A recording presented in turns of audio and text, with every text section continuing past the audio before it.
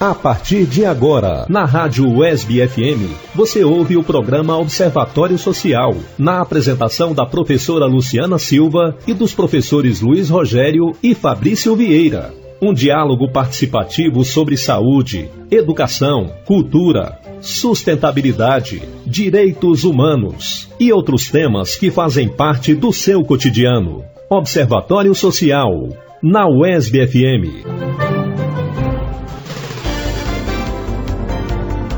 Estamos iniciando o programa Observatório Social, a quinta edição do nosso programa, sábado 21 de março de 2020. Eu sou Luiz Rogério. Eu sou Luciana Silva. E eu sou Fabrício Vieira.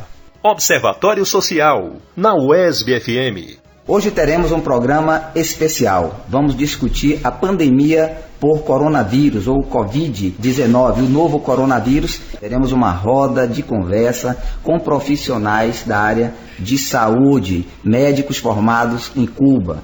A doutora Moara Nina Rodrigues Nunes, ela é médica, professora da UESB, e também o médico Leandro Bertoldi, formado em Cuba e que tem uma atuação voltada para a atenção primária à saúde. Eles vão estar aqui conosco discutindo sobre a pandemia do coronavírus, sobre a situação do Sistema Único de Saúde, o SUS, se ele está preparado ou não para esses casos, né, esse contágio que está acontecendo já no Brasil, e alguns casos já pontuados, né, registrados aqui no estado da Bahia, e também vamos falar um pouco sobre as perspectivas em relação ao controle desses casos. Então, Lu, Fabrício, qual a expectativa de vocês aí para o programa de hoje? Fabrício. Bem, a expectativa ela é muito grande e ela compõe, na verdade, o objetivo do nosso programa, que é colocar luz em um tema que seja de relevância do cotidiano da população. E o coronavírus vem preocupando a todos nós estamos tomando nossas medidas orientadas aí por toda a parte de saúde, governamental, enfim. E o programa hoje vai aproveitar e levar a toda a comunidade, ouvintes aqui do Observatório Social, uma opinião bem específica de nossos convidados acerca dessa questão, porque eles estão, digamos que na linha de frente, na atuação comunitária. E você, Lu, qual a expectativa para o programa de hoje, já que ele está um pouco diferente dos demais que nós já fizemos? Fabrício, uma expectativa de esclarecimento, porque eu acho que ainda tem muitas dúvidas sobre o coronavírus, e são dúvidas que podem levar, muitas vezes, a comportamentos extremos e desnecessários, e também comportamentos que acabam não trazendo a prevenção, o cuidado. Então, estou muito feliz hoje aqui com a presença de doutora Moara Nunes e doutor Leandro Bertoldi para a gente discutir sobre isso, e é um tema que toca, né, o nosso programa, porque é um tema que fala de saúde pública, fala de Estado social, enfim, fala de direitos humanos, que é a tônica do nosso programa Observatório Social.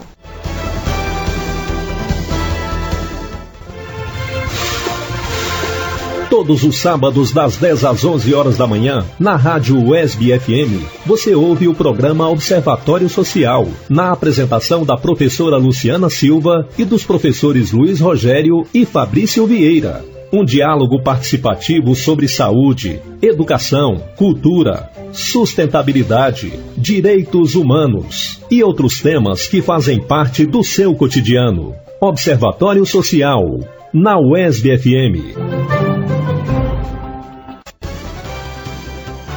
Então vamos iniciar a nossa conversa, o nosso bate-papo com Moara Nina e Leandro Bertoldi. São dois profissionais da área médica e que se dispuseram a estar conosco nessa manhã para debatermos um pouco, dialogarmos um pouco sobre a questão do coronavírus. Inicialmente eu gostaria, Moara, que você se apresentasse, depois o Leandro, né? Quem é Moara, quem é Leandro, para além da apresentação que eu já fiz aqui. Oi, tudo bom? Caros ouvintes, aqui é Moara, eu sou médica graduada pela ELAM, Escola Latino-Americana de Medicina em Cuba, né? Graduei em 2006, e hoje sou médica titulada pela AMIB, em terapia intensiva pediátrica e neonatal, e também professora concursada da UESB, no curso de medicina. Saudações a todos os ouvintes, meu nome é Leandro, sou especialista em atenção básica e também sou formado na Escola Latino-Americana de Medicina, que se encontra em Havana, Cuba, e venho trabalhando, né, participei ativamente no programa Mais Médicos, na periferia da cidade de Jequié. Acabei de passar na seleção para professor da UESB também, e também tenho algumas experiências com alguns diferentes tipos de epidemia em alguns países diferentes, e estou aqui para contribuir no que me for perguntado. Muito bem, eu iniciaria nosso bate-papo perguntando: a pandemia já é um fato, o Brasil já apresenta casos de coronavírus. O SUS, como é que está o SUS? O SUS está preparado para esses atendimentos? Existem protocolos bem definidos? O que vocês poderiam falar a respeito disso? Até onde eu vejo, não vi ainda nada preparado, né? Eu trabalho na UTI pediátrica do Hospital de Base, né? Hospital Geral de Vitória da Conquista. Nós temos uma UTI pediátrica que estava para ser inaugurada de 10 leitos, que está ainda com uma de 5 leitos. Essa UTI pediátrica não vai ser inaugurada e vai ser utilizada para esses casos de coronavírus. A gente sabe que atinge mais a população idosa, né? E como não atinge, né, o contingente infantil, então por isso a gente vai ser separado desses 10 leitos. Fora isso, tem um leito também separado na UTI adulto, que já tem, são 3 UTIs adultos. Mas a gente sabe que tem grande dificuldade, né, com a nossa realidade, com as atuais doenças agora, né? Tem uma grande dificuldade de conseguir leito em UTI adulto aqui em Conquista, sobretudo no SUS, muita dificuldade. Então a gente não consegue imaginar, né, quando começar a ter transmissão domiciliar, né, aqui em Conquista, e começar a ter casos confirmados, como é que vai ser manejado isso aí. A gente está ainda se pensando em muitas coisas, mas não tem nenhuma estratégia definida. E também na atenção básica também não vi sinalizando nada. Até então, o grupo de idosos que são feitos, né, nas unidades de saúde não tem sido cancelados, ainda tem participado muita gente, e que isso é o mínimo, né? E ainda fora isso, com relação aos atendimentos também não soube também de nenhuma organização. Na verdade, a gente se encontra em um momento de desmonte gradual e progressivo do SUS.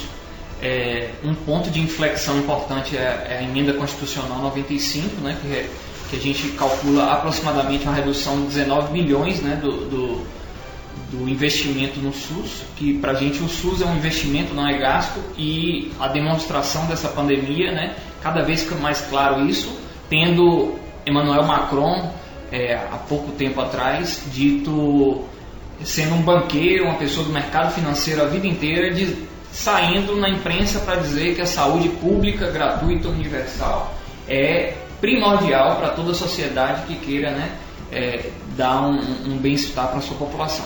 A gente vê algumas medidas isoladas do governo, mas são medidas, quando a gente compara desde da atuação em Wuhan, na China, né, que foi a primeira cidade que iniciou com o vírus, coronavírus, e depois sucessivamente primeiro a Europa e agora a América Latina e os Estados Unidos mais fortemente tendo cada vez atitudes mais drásticas, a gente vê que as atitudes no Brasil ainda são muito superficiais.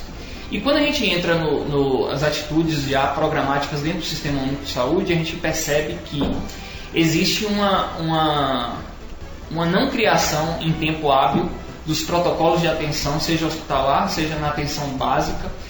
Não existe um respaldo na produção, né? A gente vai ver aí que vários países da Europa, né, depois da China, mas agora até os Estados Unidos estão com leis muito fortes, né? Em alguns países até leis de segurança nacional, leis que se utilizam em guerra, né, em momentos de conflito muito forte, intervindo em hospitais privados, intervindo em empresas privadas, impedindo o dumping, né, que é essa prática mercadológica de aumento dos preços, né, das máscaras, do álcool gel e etc., que acontece muito fortemente. A gente já tem no Brasil locais vendendo álcool gel e caixa de máscara de 100, de 200 reais, mas a média está entre 30 e 50, né? Ou seja, isso aí é uma especulação que piora, né, esse quadro de epidemia, que é um quadro que geralmente já causa empobrecimento da população, né? Porque as pessoas ficam em casa, vários trabalhadores, e mais no momento de aceitação dessa perversa reforma trabalhista, né? Recebe se trabalhar, se não trabalhar não recebe, ou seja, existe uma possibilidade de empobrecimento, e ainda com esse dumping favorece muito mais isso, né? Ou seja, a gente espera que o governo federal e os governos nos diferentes níveis, né, estadual e municipal, eles tenham atitudes um pouco mais drásticas. A gente vê que muitas vezes na internet se compara a letalidade, né? A letalidade do coronavírus, comparado com vários outros vírus, ela é baixa, né? Está entre 2% e 5%, 7% em alguns países, como na Itália. Só que a gente não deixa de pensar que isso tudo é novo. A gente não deixa de ter mortalidade pela dengue, a gente não deixa de ter mortalidade pelas outras doenças que estão aí. Vão se somando, né, Leandro? E a gente tem um grande problema, que como o grande problema do coronavírus é o alto índice de contagiosidade, ou seja, ele propaga de uma forma muito rápida. E aí o que acontece? Satura os sistemas de saúde, fundamentalmente quem é a ponta de lança é o SUS, e acaba gerando que outras pessoas com infarto, com doenças que não tem nada a ver com o quadro epidemiológico, pelo colapso do setor público, venham a falecer e venham a sofrer com isso aí. Inclusive, essa semana nós observamos uma denúncia feita pelo deputado Jorge Sola, do PT, no Congresso Nacional, na Câmara dos Deputados, e ele apontava justamente isso que você está falando. O governo precisando, né, nesse momento, ser chamada a atenção por conta das exportações de materiais hospitalares. Não houve um controle, né, nesse aspecto. Então, assim, máscaras, por exemplo, sendo vendidas, houve um desabastecimento de EPIs no Brasil, no mercado interno brasileiro, não é? Então, isso, de certa forma, Moara, você que atua na área hospitalar, né, vai afetar a saúde de quem trabalha também, porque os profissionais de enfermagem, né, da medicina, toda a equipe multiprofissional do hospital, por exemplo, catando máscaras para poder utilizar, porque isso não foi pensado. Então você veja que não há preocupação com o social, com o momento que nós estamos vivendo, e o Estado está refém, uma vez que ele não fez investimento realmente no SUS. Ao contrário, houve cortes significativos com a PEC que você apresentou bem. Moara, nessa perspectiva, não é? Como é que fica a questão do hospital sem EPI? Isso é grave ou não? Gravíssimo. Isso tem discutido muito esses últimos dias, né? Na terça-feira teve uma reunião, né, na Câmara de Deputados federais para tentar ver como é que vai ser feito esse investimento, porque com essa verba agora fixa na saúde, né? Como é que vamos conseguir injetar agora a Fiocruz saturada, né? Com tantas testagens e sem ter material, sem ter como, né? Acho que a programação, enquanto na Itália está sendo feito 10 mil testagens por dia, aqui acho que está com a programação de até o mês que vem 40 mil testagens, e acho que só daqui a 3, 4 meses que tem 1 milhão, né, já cadastrados na Fiocruz, mas só daqui a pelo menos 6 meses para tentar fazer todas essas testagens. Mas enfim, voltando à questão dos EPIs, né, que aí o problema está nessa verba da saúde que não existe, que não tem agora, né? Já temos várias dificuldades com a nossa realidade, e agora, somando o coronavírus, realmente a gente não sabe como é que a gente vai conseguir trabalhar. Várias faculdades tiveram que mesmo com estudantes de medicina internos que poderiam estar ajudando na força-tarefa nesse momento, ajudarem bastante nos pronto-socorros, mas a responsabilidade dos EPIs couberam para as faculdades, e as faculdades não estão tendo condições, e os EPIs agora, né, com esse superfaturamento, com valores absurdos, exorbitantes, as faculdades não têm condições de arcar. A UESB fechou terminou agora, encerrando as aulas, né, do internato, não teve como continuar e ajudar nesse processo, porque eles não têm condições de comprar esses EPIs. E os EPIs que já tem nos hospitais realmente são insuficientes para tanta gente, tantos estudantes. E fora do coronavírus ainda tem aquela outra roupa, outra vestimenta, né? Que a gente também ainda não tem aqui, ainda não disponibiliza, ainda estão pensando como é que vamos fazer, né? Como é que a gente vai conseguir essa vestimenta toda, que tem um capuz por fora, tem os óculos, são 3 luvas que você usa, né? E essa roupa também ela tem que ser isolada depois de uso, depois, né, de você ter contato. Pacientes quando forem entubados ou que forem aspirados, que os profissionais não tenham contato com os aerosóis, ela tem que usar essa vestimenta toda, né?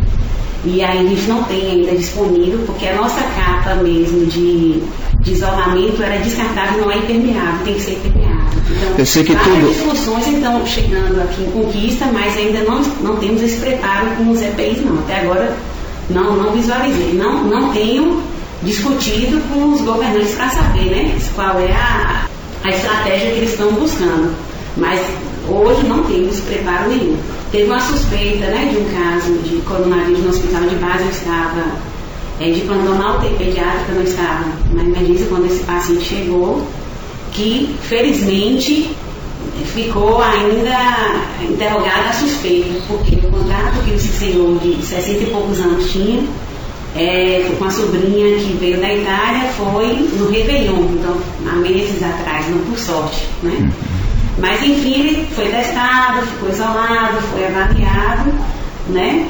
Mas que bom, porque realmente a gente ficou preocupado naquele momento se tínhamos, né, como nos proteger com esses EPIs e tudo mais. Ok, é isso então. Vou passar aqui agora para Fabrício, né, que já está ansioso para fazer perguntas.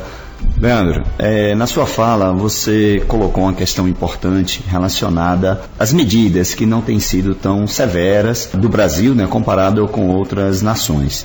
Em sua opinião, o que seria necessário fazer, para além do que já está sendo feito, para que a gente tenha a condição de minimamente controlar a disseminação do coronavírus aqui no país? Agora, essa resposta você vai dar somente depois do intervalo, do nosso primeiro intervalo.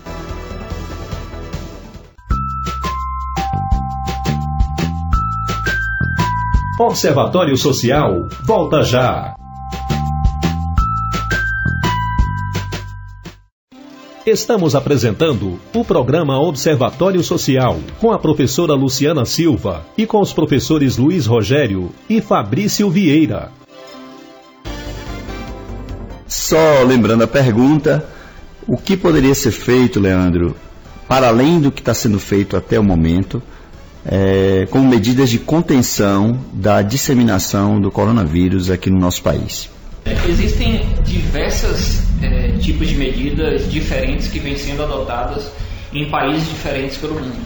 Ou seja, não existe uma resposta única para essa situação. O que a gente sabe, epidemiologicamente, que existem 3 curvas possíveis de uma epidemia dessa escala, que já é pandemia, né? Já está nos 5 continentes e mais de 140 países afetados. Essas curvas, existe a primeira, que é quando você não faz nada, que é uma curva que adoece muita gente morre. Uma curva intermediária, quando você faz ações mais brandas, né? Ou seja, que você consegue salvar algumas pessoas, mas vai ter um tempo maior de duração, e você vai ter obrigatoriamente um colapso do sistema público, que não vai aceitar a demanda, colapso das UTIs. Só para vocês terem ideia, a Itália tem 14 mil leitos de UTI, o Brasil tem 30 mil, só que a Itália tem uma população que não sei nem fazer a conta de quanto menor é do que o Brasil, né? Ou seja, essa diferença é abismal, né? Ou seja, em teoria, analisando friamente, se a gente tomar as mesmas medidas da Itália, a gente vai ter um colapso total do sistema das UTIs, né? E aí temos uma terceira, que é quando a gente faz tudo de forma agressiva, como foi feito em Wuhan, que 2 meses depois está tendo um decrescimento gigantesco dos casos, as pessoas estão voltando para a sua vida normal, com diminuição do gasto do governo, diminuição dos mortos, diminuição da cadeia, né, de transmissão. Essas atividades eu posso comentar algumas, né? Primeiro, uma quarentena forte nas cidades afetadas, que é o que não está acontecendo ainda, né, no Brasil. Espero que aconteça. Cidades com casos positivos devem se fechar a cidade toda. Infelizmente, essa é uma medida drástica, mas tem que acontecer. Imobilidade social nessas cidades. As pessoas têm que ficar nas suas casas, né? Agora, tem que ter um Estado ao redor, né, que vai prover essas pessoas de alimentação às pessoas, aos grupos de risco, prover um sistema de logística para que não falte máscara, não falte álcool, não falte tudo que essas pessoas precisam para uma vida digna dentro da sua casa, né? Depois, intervenções, primeiro, no setor privado. A gente está vendo isso aconteceu na Bahia, no Hospital Espanhol, e a Justiça acatou que o governo do Estado fizesse uma intervenção no Hospital Espanhol, ou seja, é uma estatização temporária do setor privado, né? Isso acontece muito fortemente hoje na Espanha, né? A Espanha, o Ministério de Saúde está entrando no setor privado e está comandando esse setor privado porque a experiência da China demonstrou que é o Estado, o setor público de saúde que resolve o problema. Isso aí está claro. Segundo ponto de intervenção forte, empresas. Ou seja, no caso quando a gente fala do Brasil, um pequeno setor produtivo do setor público que está sendo intervindo, por exemplo, Fiocruz, que produz reativos, né? Que está fazendo os LACEN, né? Ou seja, isso aí já está acontecendo, né? Eu acredito que poderia ter sido feito em um tempo melhor, né? Está acontecendo tarde. Outros países que estão começando com casos essa semana já haviam feito antes de ter casos, ou seja, já estavam com teste rápido, já estavam com preparação logística para o diagnóstico. A gente não, a gente só começou a fazer bem depois, né? Ou seja, esse tempo é muito importante que a gente perdeu. Mas nas empresas privadas, você tem que ter a mão pesada do Estado para que exista um aumento da produção que você precise e a um preço lógico, satisfatório e que resolva o problema da sociedade. Essas são 4 medidas, existem várias outras, né, que podem acontecer, mas isso aí já é uma grande parte delas dentro do setor público, que também não aconteceu. A primeira coisa que deve acontecer dentro do setor público é a criação de protocolos urgentes. Isso aí deveria ter saído ontem. O que cada atenção básica vai fazer? Protocolo. Se vier assim, eu faço não. Se vier assado, eu faço de outro jeito. Assim. Como é que é o protocolo de remissão? Quais são os casos que eu remito? Quais são, objetivamente, né, todo esse sistema? E dentro do hospital a mesma coisa, né? Essas são as medidas objetivas e claras, né? Existem outras que, dependendo da situação, primeiro regional, né, local, e como está se comportando o vírus em cada localidade. O Brasil é um país complexo, grande, né? E cada localidade tem uma peculiaridade. Eu queria só pontuar aqui que no Maranhão, né, Dino, o governador do Maranhão, agora criou um centro de testagem somente para coronavírus, em que as pessoas não têm contato, né, uma com a outra. E assim, com um potencial muito grande, né, de testes diários, né? Então isso aí deveria ser feito no Brasil inteiro. Mas enfim, tem algumas atitudes isoladas no Brasil, né, que a gente tem que chamar atenção e aplaudir, né?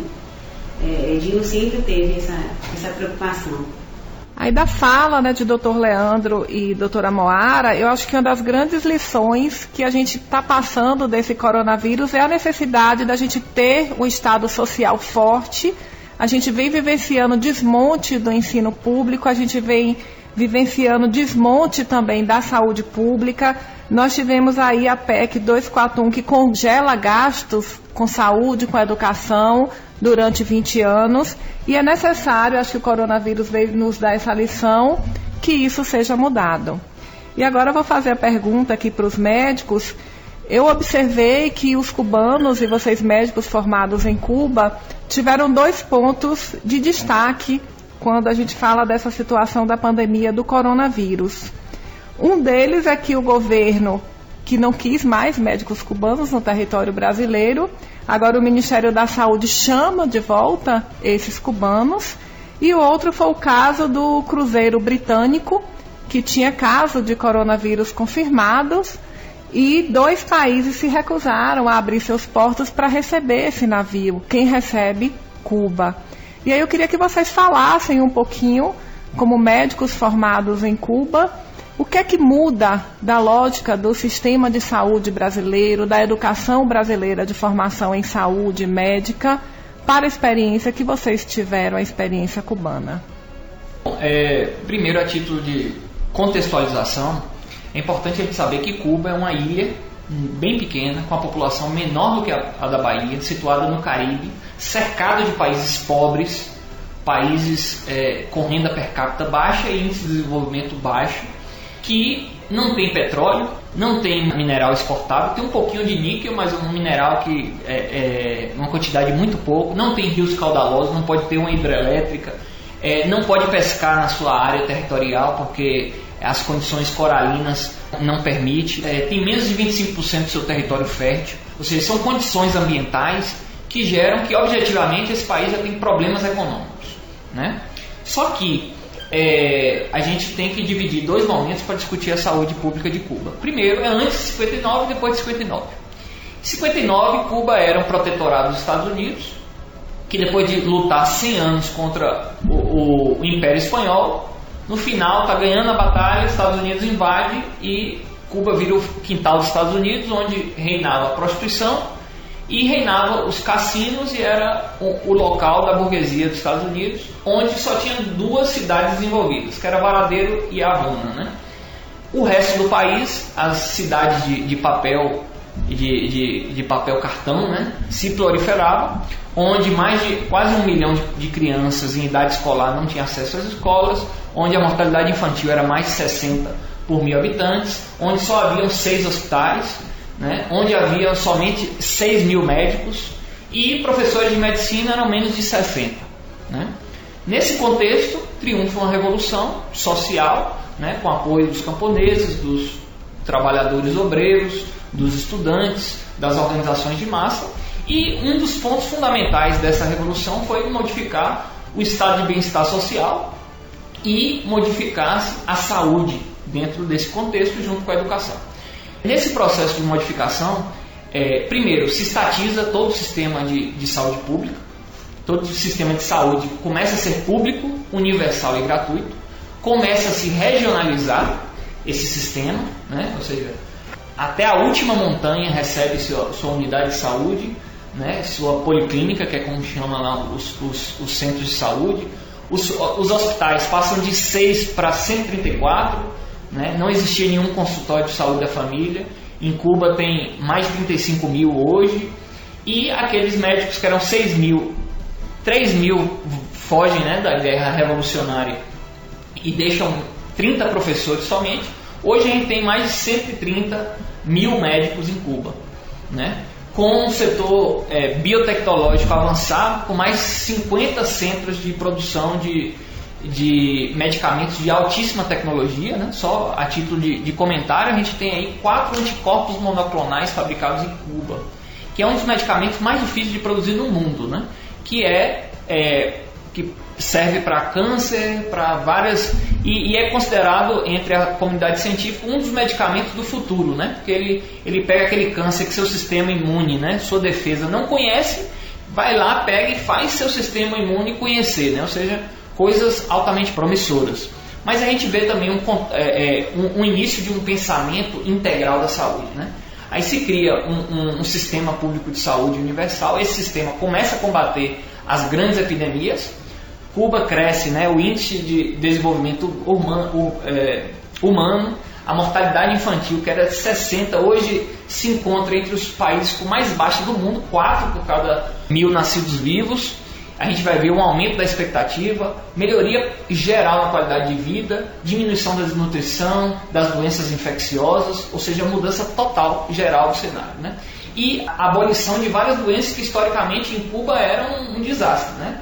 Meningites, tétano, paludismo, que no Brasil a gente ainda tem, difteria e tantas outras doenças, né? E a criação também de um calendário de vacina, um também dos melhores do mundo, com 15 vacinas, dessas 15, 10 produzidas no país, né, com tecnologia própria, né? E aí dentro disso a gente já entra até nesse contexto, né, do Brasil, né? Algumas comparações às vezes são pertinentes. Enquanto o Brasil, o setor público, a gente gasta um pouco mais de 3% do PIB em saúde, né, e aí tem mais quase 3% na saúde privada, Cuba tem 12% do PIB em saúde pública, né? O que muda totalmente a forma de visão, né, e o centro da saúde na sociedade, né? Em Cuba, saúde e educação são o centro, né? O resto é acessório, né? Ou seja, não é que as outras coisas são menos importantes, mas isso aí tem um centro de todo o debate nacional.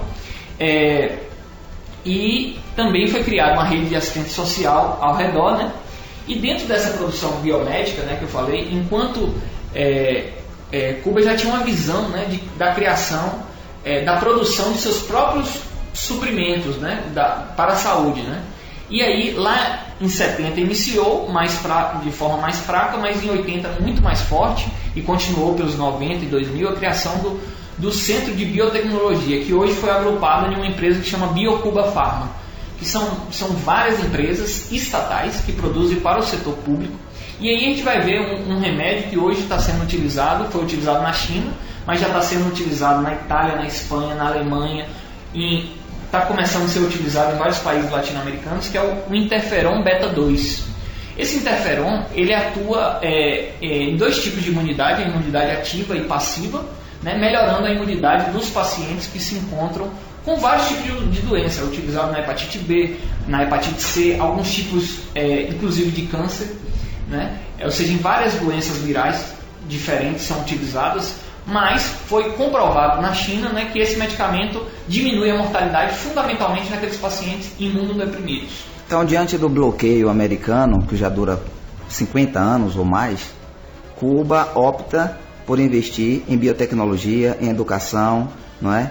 Em saúde, enquanto os Estados Unidos propagandeia a questão do belicismo, né? Das guerras como poder imperial, exportando armas, por exemplo. Cuba dá o exemplo de exportar medicamentos, exportar o saber médico, a prática médica comunitária, como nós vivenciamos aqui no Brasil. Eu vou te fazer uma pergunta, mas você vai responder depois do nosso intervalo. Os médicos cubanos fazem falta no Brasil hoje na atenção primária à saúde, principalmente no momento de pandemia? Você responde já já. Observatório Social, volta já. Você está ouvindo o programa Observatório Social.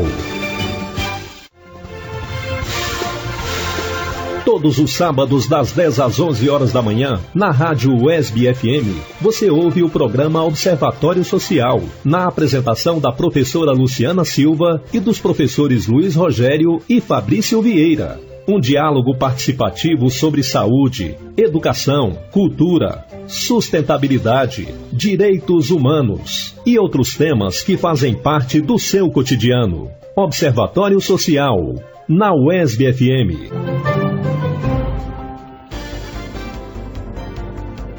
Voltamos agora, e só para os ouvintes que estão sintonizando agora no Observatório Social saberem, nós estamos conversando com a doutora Moara Nina e o doutor Leandro Bertoldi. Eles são médicos, né? Ele médico e ela médica, né? Formados em Cuba.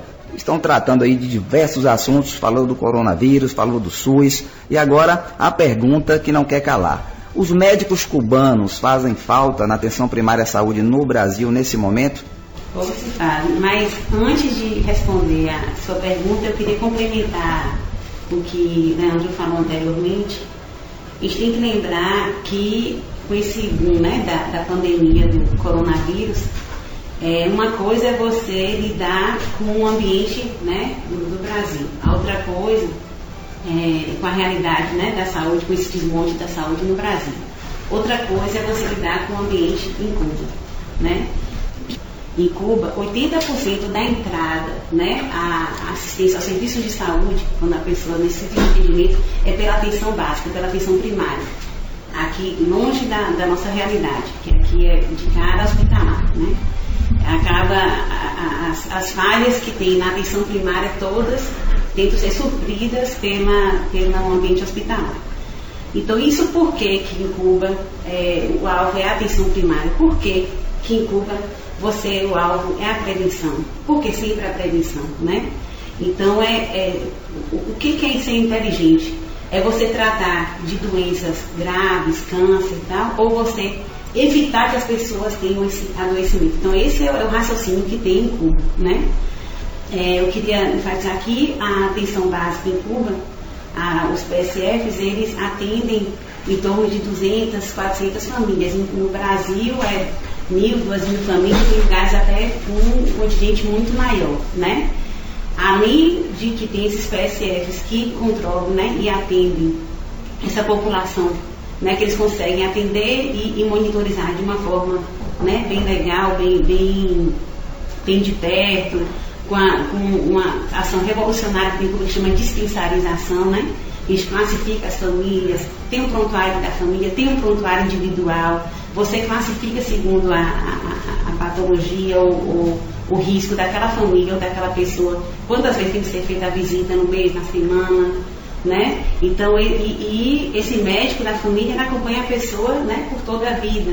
A pessoa, quando ela é internada, o médico da família tem contato com o médico do internamento, né? Vai ao prontuário junto. Eu estou contextualizando isso para vocês terem uma ideia do quanto que é complicado no Brasil. Então, esse médico, a pessoa, na realidade, ela sempre está presa na rede. E o sistema de vigilância de saúde, de vigilância epidemiológica em Cuba, ele tem o controle de toda a sua realidade, ele sabe quando. Então, assim, além do investimento em saúde ser maior que no Brasil, lá você gasta muito menos para conseguir muito mais, porque o ambiente é muito organizado, muito estruturado, né? Você sabe exatamente o que você tem gasto. Eu já passei, só citando aqui como exemplo, eu já passei uma situação quando eu atendi anemia falciforme em PSF, que eles precisam do ácido fólico e não tinha no PSF, no que eu trabalhava aqui. E para gestantes tinha, o mesmo ácido fólico tinha um programa para gestantes. Só que essas gestantes, elas têm que tomar o ácido fólico 6 meses, 3 meses antes da gestação e no primeiro trimestre da gestação, que é antes do fechamento do tubo neural. Então, para você prevenir malformações do tubo neural na criança. E aí, essas gestantes, geralmente, na nossa realidade, tem o diagnóstico da gestação só tardio, né? Só com mais de 14 semanas, quando já esse ácido fólico já não seria necessário. Então, a gente usava ácido fólico de forma inadequada nas gestantes e não tinha para essas crianças com anemia falciforme. Então, é isso que é falho no nosso sistema, né? Então, você tem a medicação no PSF, mas ela está sendo mal utilizada. Eu só estou dando como exemplo. Então, uma coisa é você ter um ambiente em Cuba que é controlado, bem organizado. A outra coisa que eu queria falar é isso.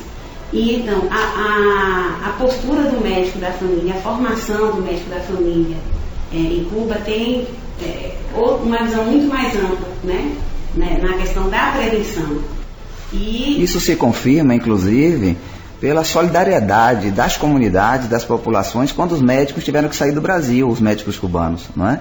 Eles foram bastante parabenizados pelo modo como se vincularam a essas comunidades. Outra coisa que eu queria pontuar é quando eu estava cursando, né, medicina em Cuba, Fidel Castro reuniu, eu fui a segunda turma que foi para Cuba, e ele reuniu e deixou claro para a gente que, assim, pela Organização Mundial de Saúde, o Brasil não tinha necessidade de número maior de médicos, né? Que acho que propõe em torno de um médico para cada 800 pessoas. No Brasil tinha até menos. Mas que o problema no Brasil é a mentalidade do médico, exatamente. Esse médico que vai ao interior, esse médico que tem solidariedade, que se preocupa, porque hoje no Brasil as pessoas morrem de gripe, de diarreia. Esse médico está precisando chegar até a população, às vezes doenças muito simples, né? Então, o que ele queria na realidade, quando convocou e criou a ELAN, né, o projeto ELAN, de exportar médicos com sabedoria, com mentalidade de solidariedade. Então é outro patamar, E que muitas pessoas que não conhecem o programa, a política de saúde de Cuba, diz que é a exploração da força de trabalho dos médicos. E a gente conversando com eles sabe que não é dessa forma, não é? Eles sabem muito bem por que estão aqui, qual o recurso que vai para Cuba, como esse recurso é aplicado lá, não é? Inclusive com toda a proteção social daqueles que lá ficam, que são seus familiares, filhos, esposa, não é? Pais, enfim, não é? Eles não têm essa visão egoísta, né? Eles, todos, não só os médicos cubanos, todo cubano, ele sempre tem a visão de construir o seu país. Então ele sempre se preocupa com a questão humanitária, né? Então não só com as suas famílias que ficam no país. Então quando uma parte do seu salário é investido no país, como isso acontece, né? Eu prefiro, na realidade, meu salário pudesse descontar 80% do meu salário, mas se garantisse para a minha família, para a minha população toda, saúde e educação de qualidade para toda a população, eu poderia tirar e descontar do meu salário, que eu ia estar felicíssima, ia poder viver bem tranquilo. Então, diante de tudo isso que você trouxe, fica claro que o capitalismo, no modelo atual neoliberal e ultra neoliberal que nós estamos vivendo no Brasil, ele tem sucateado, não é, à saúde no Brasil. O modelo de atenção primária está sendo ameaçado, inclusive, com a ausência dos médicos cubanos. Agora o Ministério tenta convocar os médicos cubanos. Eu observei, inclusive, essa semana, entramos em contato com um médico que trabalhou aqui em Vitória da Conquista, está em Cuba, perguntando sobre essa vinda e lá eles não têm nada ainda confirmado, né? Até porque me parece que abriram aqui a contratação de médicos, né, em caráter de urgência, para atuar, né, ocupando os espaços dos médicos cubanos. No entanto, deve ser no perímetro urbano, porque se falou em periferia e falou em localidades mais distantes, o médico brasileiro ele tem uma dificuldade muito grande de cobrir esses espaços. Eu quero só voltar rapidamente para Leandro, numa perspectiva do seguinte: a atenção primária à saúde ela é porta de entrada e atende até 80% das demandas. A gente sabe que nem todos os casos de coronavírus vão para o hospital e já podem ser triados, inclusive tratados na atenção primária à saúde. A gente tem aí mais de 50 milhões de habitantes descobertos da atenção primária à saúde. A última política de financiamento aprovada em 2019, que passa a valer agora esse ano, muda a lógica do PAB fixo. Agora o recurso do Ministério para financiar a atenção primária à saúde vai ser baseado no número de famílias cadastradas, de pessoas cadastradas no território e não mais no PAB fixo que era calculado per capita. Ou seja, o município já está perdendo aí 40% do recurso, alguns municípios que não têm cobertura total, portanto a população toda cadastrada.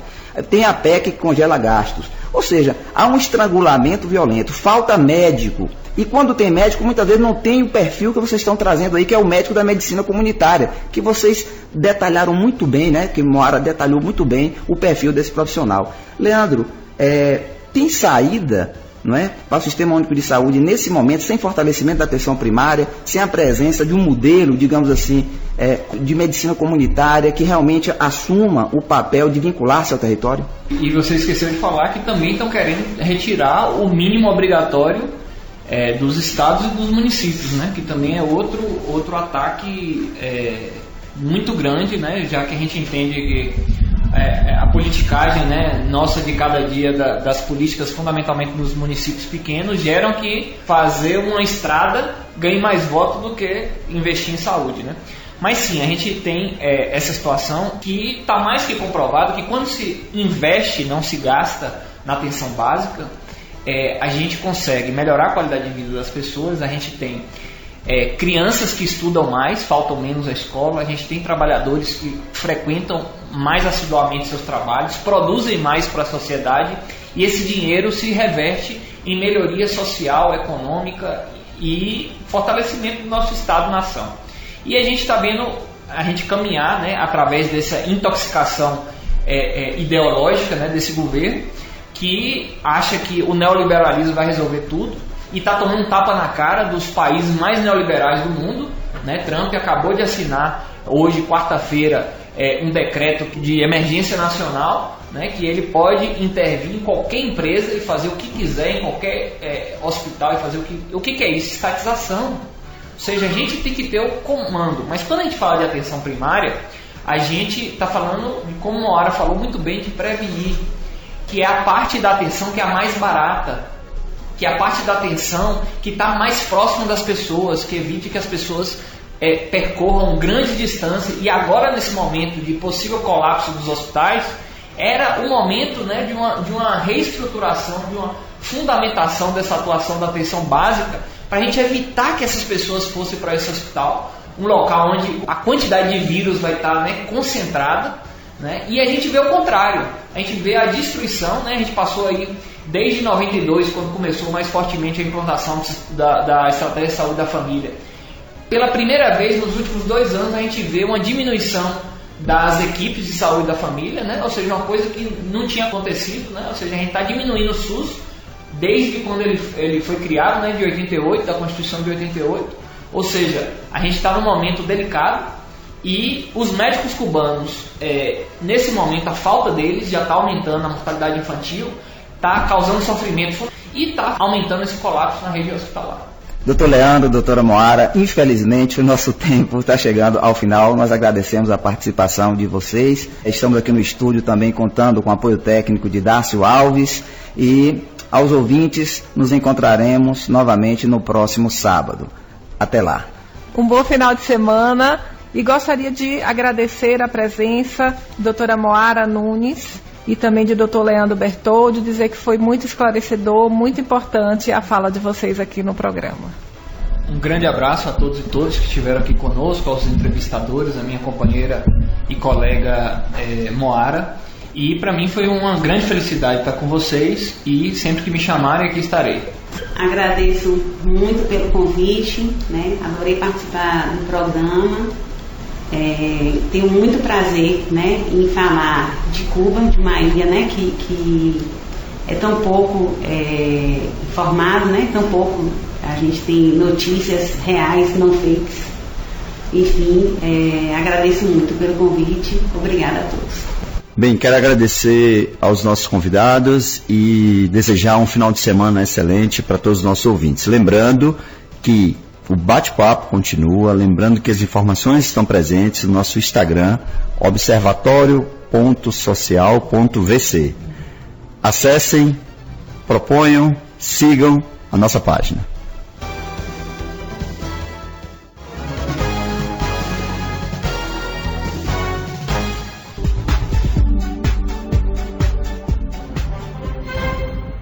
Acabamos de apresentar o programa Observatório Social, que voltará no próximo sábado às 10 horas da manhã, aqui na UESB FM.